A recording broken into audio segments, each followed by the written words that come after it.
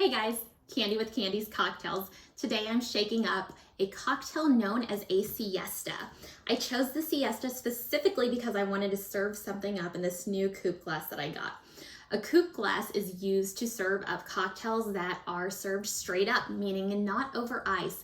So these are going to be like your daiquiris, gimlets, or really any other cocktail that doesn't require any ice. So a Siesta is going to be comprised of these ingredients. We're going to use our silver tequila. We're going to use our Rosso amaro. I've got some lime juice here. We also are going to use a grapefruit juice and some agave. So let's go ahead and get building our cocktail. I have my Boston shaker here, and I'm going to add in some ice. All right. You always want to make sure that you have plenty of ice in your shaker when you're mixing cocktails. I'm going to add in 2 ounces of our silver tequila, 1 and 2. And then I'm going to be adding in 3/4 ounce of our lime juice. I am just kind of eyeballing this 3/4 here. That looks about right. And then the remaining ingredients, we're going to use a 1/2 ounce.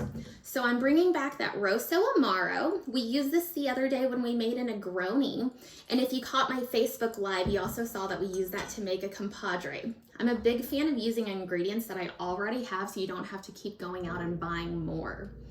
I'm going to add in a 1/2 ounce of my grapefruit juice. And then our last ingredient that we have here is our agave. So let's get that measured out. The standard recipe actually does call for a full ounce, but I've mentioned before, I'm not too crazy about my cocktails being overly sweet. So I did cut that down to a 1/2 ounce.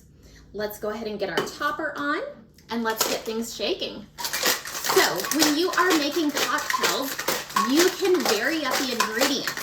Find flavors and preferences that you like. So if you're not a fan of grapefruit juice, switch that out. Maybe try a cranberry juice, a mango juice, pineapple.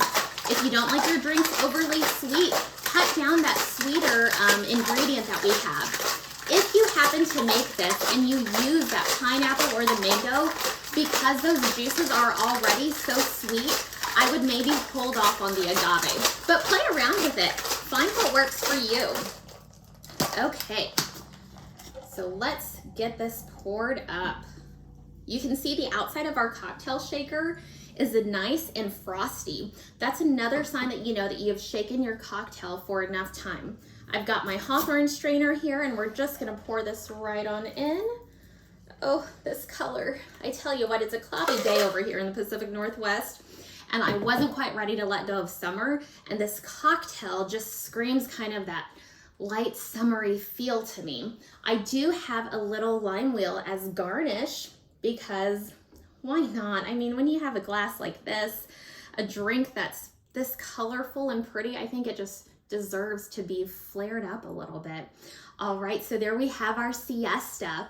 Make sure that you like, share, subscribe, comment. Let me know, did you make it to recipe, or maybe you switched out your base spirit. Maybe you switched that out to a vodka or maybe a gin. Play around with these recipes, make them your own. Always remember, when you're enjoying these cocktails, drink responsibly. Cheers, and I hope you have a great one.